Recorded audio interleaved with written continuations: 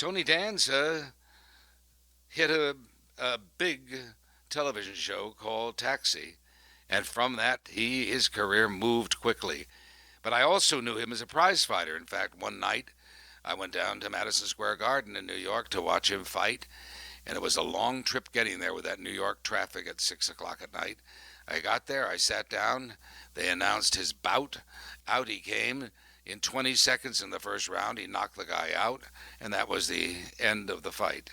He was a good fighter, but he's a great entertainer, and it's always been a pleasure to know him personally, but to admire him in his career. You tan. Where'd you get that? It's Southern California, man. Hey! But I thought a lot of your time was being spent in New York, serving a sentence. Well, please, Merv, you said it's not murder. What it is some community service. Community I'm service, working in a hospital over there. Yeah. The hospital. You punched out some little old lady on the I street. didn't, no. I'm working in a home and hospital for the aged, though. Are you? That's my community service. Oh. Yeah, it's fun. It's fun. How many hours do you have to serve? 250. Ooh. Yeah.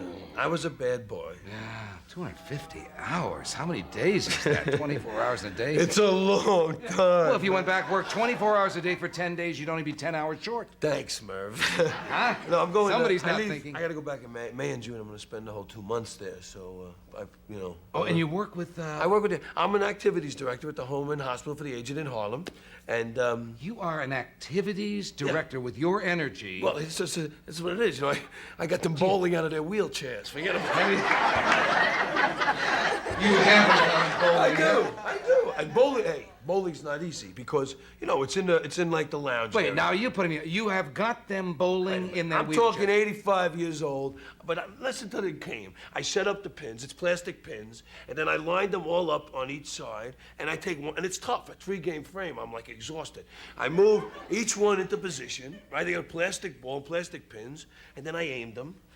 and then I help them bowl, and then they knock down the pins, and then I gotta set up the pins. This isn't easy, and you can't stop talking, Merv, because if you stop talking, you start to lose them.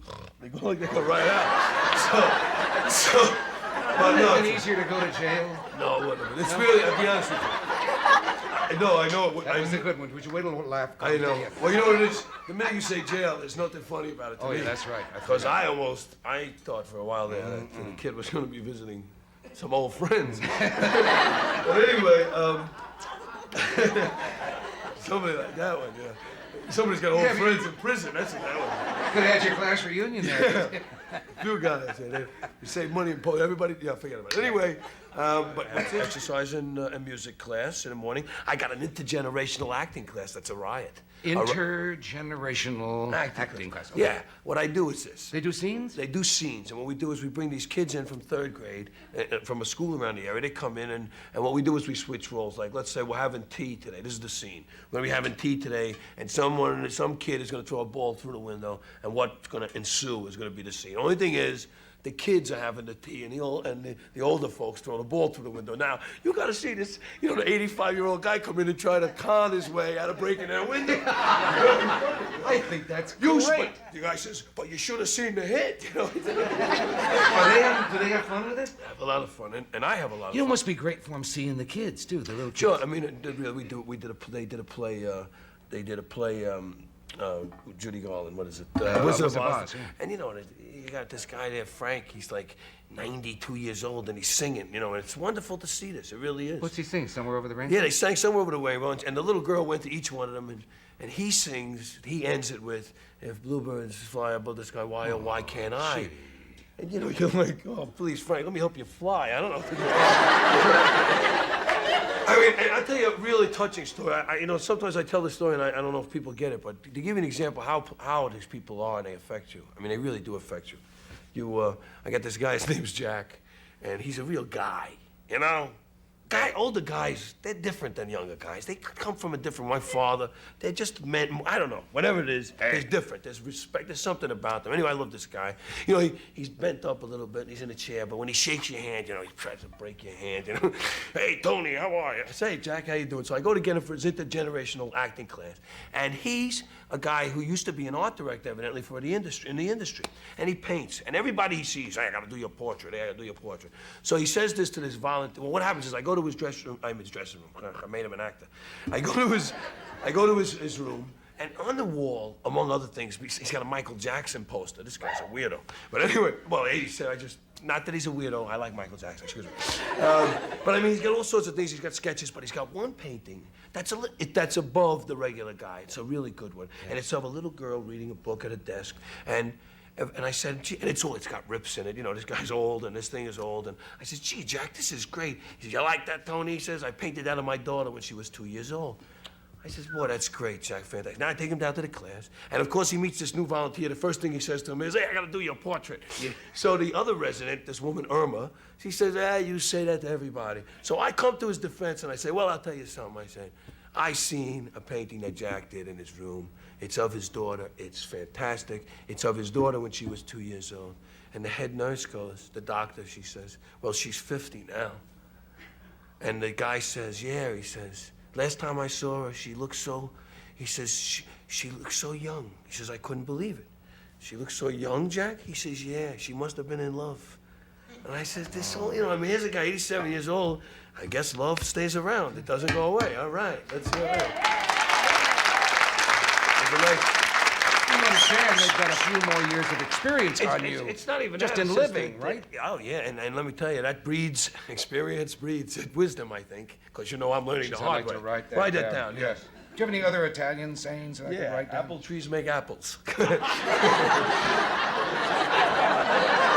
The answer to that, of course, is apple trees don't make apples? No, but it's like, you know, the apple mean didn't... apple trees The make apple apples? didn't fall far from the tree. That's the Americanization of the cool way of saying it. Apple trees make apples. Who said that to you? My Uncle Philly. Oh. He also said, his other great one was, he means, he used to say it to me. Say it in Italian, let me hear you say it. And what it means, he used to say it to me when I was a bum. But yesterday, he used to say... Don't put the marmalade on the beaver. No, he said, those who work, eat, and those who don't work, eat and drink. So, You should have written the book. Uncle Philly was most, Sayings by Uncle Philly. Yeah. How's your son? How's he doing? My son just got confirmed. My son got confirmed last Monday. What name did he confirmation. I took my middle name, Salvatore, and my cousin Patty was his sponsor, and Patty Lodicina, and my son's 14 now. And A little late to be confirmed, isn't he? well, the bishop comes once every 4 years. If you happen to be young, you know. My favorite story in the world is when my son, Tony, he was only a kid. He was like 7 when he was confirmed. No, it's communion 7. No, I know what communion is. And he was confirmed when the bishop goes, like, yeah, okay. And we said to him, they give you a blow, right? I love Merv. Yeah. I mean... Tony would hit him back, though. That's the problem. That bishop didn't... No, I'm... But Tony, see, the president of my company, Murray Schwartz. So Tony said to me one day, I said, what name are you going to take a name for your confirmation? He said, I'm going to take the name Mary. I said, Mary? You can't take the name Mary. He said, I certainly can, Mary Schwartz. I said, no, that Murray Schwartz. What name did you take? Salvatore. Salvatore. That's my middle name. That's my middle name. My uncle. Antonio Salvatore Danza? Yeah. I like my name. I really do. That's good. My son is great. My daughter's great. You know, I gotta, you know. Yeah. I've never my met your daughter. I've seen your son, but not in a while. I know. He lives in New York. He lives in New York. He's been with my mother for a year. And he needed a dose of New York. He's going to Our Lady of Lourdes. He's with your mother? He's with my mom. Oh, that's He good, said, huh? He says it's like doing time, but... Mom, I'm kidding, Mom. I'm kidding. I love my mother. Excited about starring in your own? I mean, you had a great role on Taxi with one of the best repertory company of players ever assembled. I mean, to think about getting another job that is great and has been so much fun, and in this job, you know, I have a lot to say. It's really a good show. It's a good you're feeling. Thank wonderful. you. It's And last night I you. went to a big party last night at the Beverly Hilton that Aaron Spelling throws, and he throws a party. This guy For Love Boat. For Love Boat, the 1,000th guest. So there's 1,000 actors there, and people coming up to me telling me they love the show. And you know, Mike Connors chased me across the room. I thought I did something wrong. Yeah. He just wanted to tell me he loved the show, so you feel great. We did one that's going to be on probably before the show airs, but where we finally do Kiss. It's called First Kiss, and it's a really, you know, I got blessed with, besides Marty Cohen and Blake Hunter, the two guys that wrote the pilot and brought it to me and tried to get it going, I got blessed with these three young writers, Prudence and Robert Sternin and Ellen Geilis. And I want to mention Bud Weiser, who's our producer too, but these three kids, they're just starting out. They had one other job before they did this or something like that, and so they're just starting out, and they're writing great stuff. And you're just now getting your first screen kiss? The first time me and her, you know, I've been around the room. We've had we got a couple of, in fact, in that show, you saw Tanya, my little lasagna. We end up together in the house, and you know, we get close. It's called sexual tension, Merv. I think they call it. Is it a great kiss or just a Merv, she couldn't sleep for 2 days waiting to kiss me, so I let her have it.